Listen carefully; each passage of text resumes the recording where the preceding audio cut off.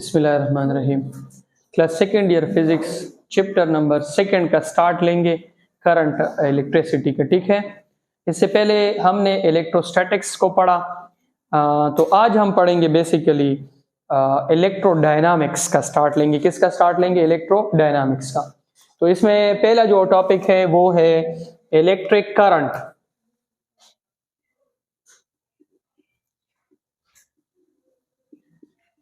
कौन सा टॉपिक है? Electric current.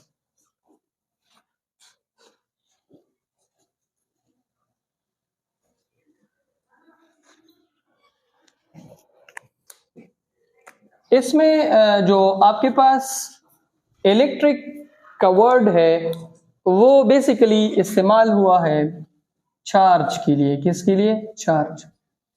और जो करंट का वर्ड है वो है फ्लो रेट के लिए। किसके लिए? Flow rate. कि कितने चार्जेस जो है वो कितने टाइम में एक क्रॉस सेक्शनल एरिया से क्या हो रहे हैं? पास हो रहे हैं। मेरी बात समझ में आ रही है? इलेक्ट्रिक करंट का मतलब यह है कि आपके पास कोई सोर्स है, कोई बैटरी है, कोई जनरेटर है, और उस जनरेटर से आपके पास हाई पोटेंशियल से क्या आ रहे हैं? चार्जेस आ रहे हैं लो पोटेंशियल तक, और हमने उसके लिए एक क्रॉस सेक्शन बनाया है, और उस क्रॉस सेक्शन के ऊपर वो क्या हो रहे हैं? पास हो रहे हैं। तो अब ये कितने चार्जेस उस क्रॉस सेक्शनल एरिया से कितने टाइम में पास हो रहे हैं, इसको बेसिकली हम क्या कहते हैं? Electric current. तो इलेक्ट्रिक करंट की डिफिनेशन हम किस तरह करेंगे?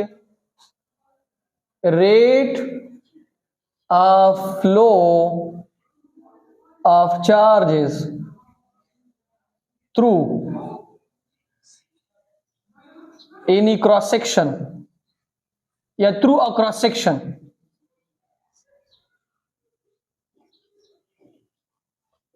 आपके पास एक क्रॉस सेक्शनल एरिया है, उस क्रॉस सेक्शनल एरिया से कुछ चार्जेस जो है वो पास हो रहे हैं। अब कितने टाइम में कितने चार्जेस पास हो रहे हैं, ये आपके पास बेसिकली क्या है? इलेक्ट्रिक करंट है। देखिए, फर्ज करें ये मेरे पास एक कंडक्टर है, ये इस कंडक्टर का नेगेटिव टर्मिनल है और ये इसका पॉजिटिव टर्मिनल है। इस कंडक्टर में मैंने यहां पे एक एरिया सेलेक्ट कर दिया है,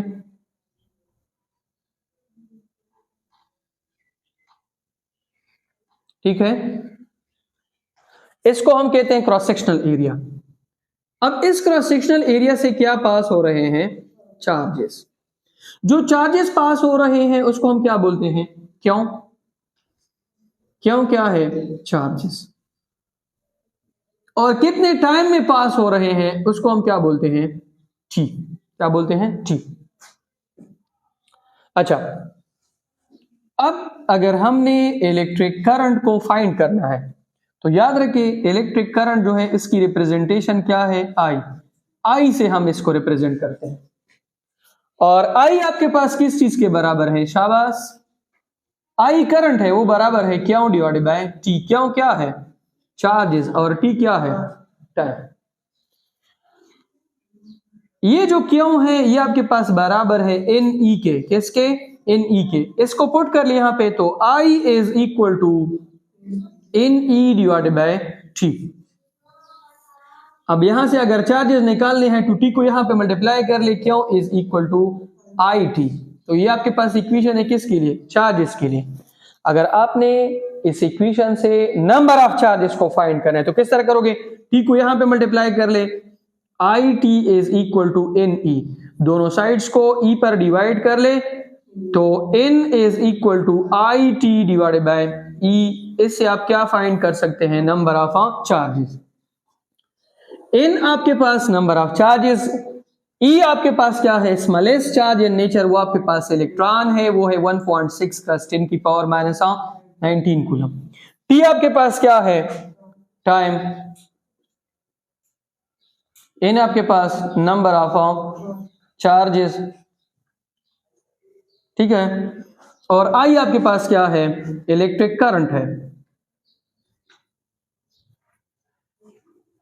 मेरी बात समझ में आ रही है? आई आपके पास है electric current, in number of charges, T आपके पास टाइम, ई आपके पास क्या है 1.6 क्रॉस 10 की पावर माइनस 19 कूलम। तो ये आपके पास वो इक्वेशंस है जिसके जरिए आप क्या फाइंड कर सकते हैं, इलेक्ट्रिक करंट को फाइंड कर सकते हैं। अब देखिए, अब अगर आपको चार्जेस गिवन है, फॉर एग्जांपल आपको चार्जेस गिवन है 8 कूलम और टाइम दिया गया है 2 सेकेंड, तो इनसे क्या आएगा 4 एम्पियर, ये आपके पास क्या आएगा करंट आएगा।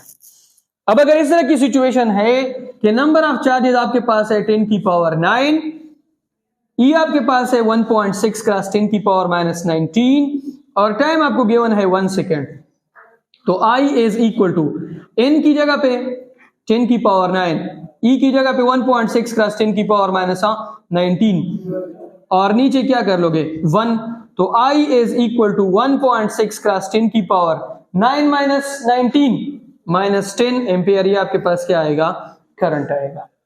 ठीक है, अच्छा अब जो है इसके बाद करंट की यूनिट है, क्या है यूनिट, अलग आसे हैं और शोरदन के करंट की यूनिट आपके पास क्या है एम्पेयर है, क्या है एम्पेयर। इसको हम किससे रिप्रेजेंट करते हैं, ए से, किससे ए से। Unit of current is ampere, और एम्पेयर किस चीज के बराबर है, एम्पेयर बराबर है क्यों कूलम, और टाइम आपके पास क्या है सेकेंड। ठीक है, चार्जेस की यूनिट आपके पास कूलम है, टाइम की यूनिट आपके पास क्या है सेकेंड। अब अगर आपसे कोई कहे कि आप मुझे 1 एम्पेयर बता दे कि करंट आपके पास 1 एम्पेयर कब होगा, तो याद रखें 1 एम्पेयर करंट तब होगा जब आपके पास चार्ज 1 कूलम होगा और टाइम आपके पास 1 सेकेंड होगा। मेरी बात समझ में आ रही है? अच्छा, अब इसके बाद अगर कोई आपसे कहे इसका नेचर जो है करंट का, इलेक्ट्रिक करंट का, ये आपके पास स्केलर है। क्यों? क्योंकि करंट जो है उसका कोई स्पेसिफिक डायरेक्शन नहीं होता है। अब आपके पास एक करंट जो है वो बुनियादी तौर पर हमने on the base of their direction, on the base of their magnitude, 2 categories में डिवाइड किया है। एक आपके पास है ईसी और एक आपके पास है डीसी। एसी की फ्रीक्वेंसी आपके पास 0 के बराबर नहीं है, 50 है। डीसी की फ्रीक्वेंसी आपके पास किस चीज के बराबर है 0। इसका जो डायरेक्शन है और इसका जो मैग्नीट्यूड है दोनों आपके पास क्या है वेरिएबल है, क्या है वेरिएबल। इसकी डायरेक्शन और मैग्नीट्यूड, डायरेक्शन तो फिक्स है, मैग्नीट्यूड फिक्स हो भी सकती है नहीं भी हो सकती है। डायरेक्शन आपके पास फिक्स्ड है, मैग्नीट्यूड में और में नॉट। अगर मैग्नीट्यूड भी फिक्स है तो प्योर डीसी है, क्या है प्योर। अगर मैग्नीट्यूड फिक्स नहीं है तो आपके पास पल्सेटिंग डीसी है, क्या है पल्सेटिंग डीसी। इसका जो आपके पास सिंबल है वो है साइन वेव का, साइनसॉइड वेव का, और इसका जो सिंबल है वो आपके पास ये है। एसी के जो सोर्सेज है वो आपके पास एसी जनरेटर है, और डीसी जो है इसके जो सोर्सेज है वो आपके पास है सेल, वो आपके पास है बैटरी, वो आपके पास है डीसी जनरेटर।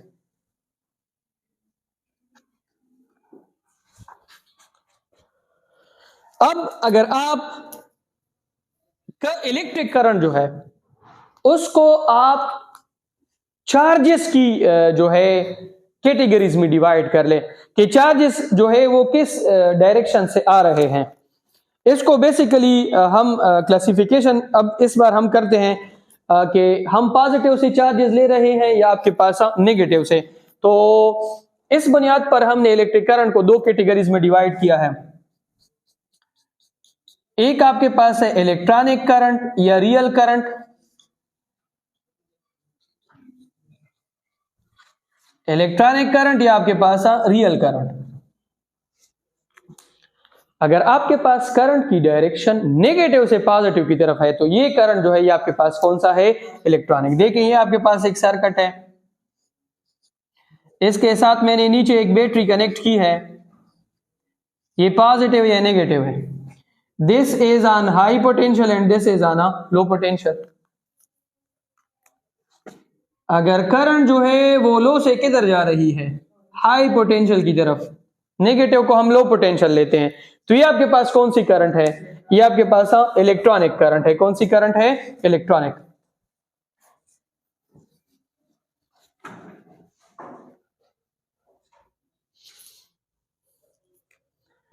अब अगर आपके पास डायरेक्शन इस तरीके से है कि पॉजिटिव से है तो इसको हम क्या बोलते हैं, कन्वेंशनल करंट।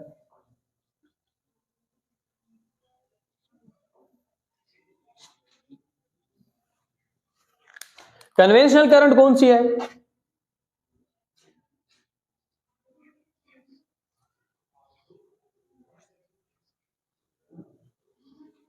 Positive negative. देखिए ये आपके पास हाई पोटेंशियल, ये आपके पास लो पोटेंशियल, करंट की डायरेक्शन हमने पॉजिटिव से किस साइड पे ली है, नेगेटिव, तो ये आपके पास कौन सी करंट है, कन्वेंशनल करंट।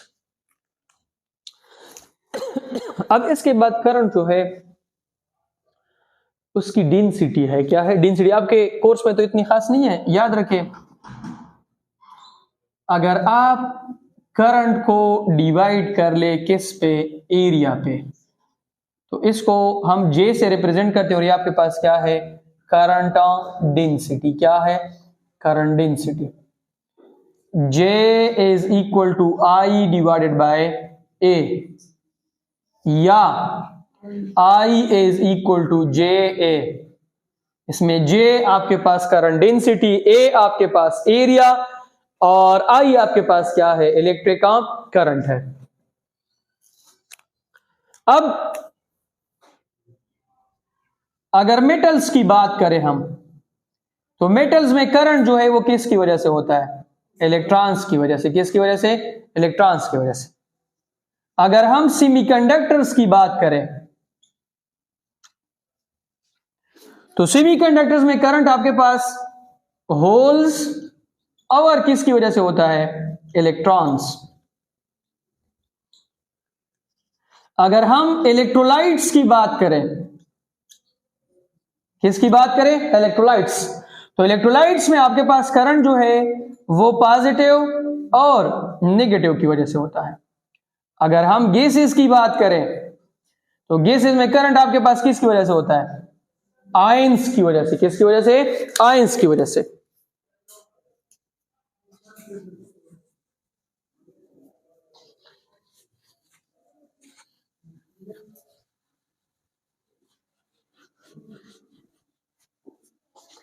अब इसके बाद आपके पास है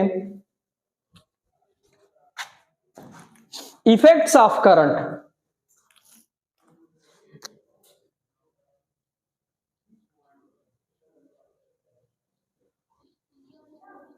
इफेक्ट्स ऑफ करंट, करंट्स के क्या है, इफेक्ट्स है। करंट के बेसिकली 3 इफेक्ट्स हैं। एक आपके पास है मैग्नेटिक इफेक्ट,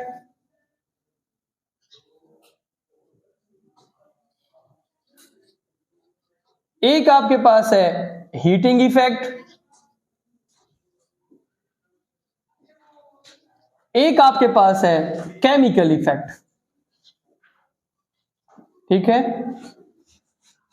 एक आपके पास मैग्नेटिक इफेक्ट, एक हीटिंग इफेक्ट, एक आपके पास है केमिकल इफेक्ट। याद रखें जब भी आपके पास कोई चार्ज मोशन करता है, जब भी आपके पास कोई चार्ज मोशन करता है किसी भी कंडक्टर के अंदर, तो उसके साथ एक फील्ड तो पहले से होता है, इलेक्ट्रिक फील्ड।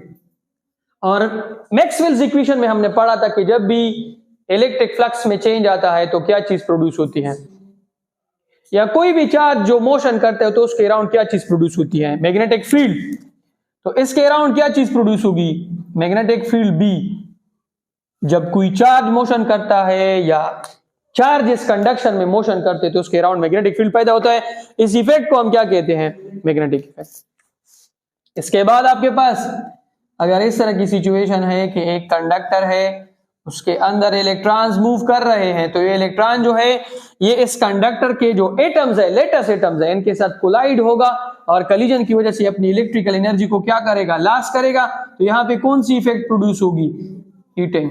और इस इफेक्ट को हम कहां पे इस्तेमाल करते हैं, हीटिंग इफेक्ट को, इसको हम हेयर ड्राई में इस्तेमाल करते हैं, इसको हम हीटर में इस्तेमाल करते हैं। और ये जो इफेक्ट है मैग्नेटिक इफेक्ट, इसको हम जनरेटर में इस्तेमाल करते हैं, इसको हम ट्रांसफार्मर्स में इस्तेमाल करते हैं।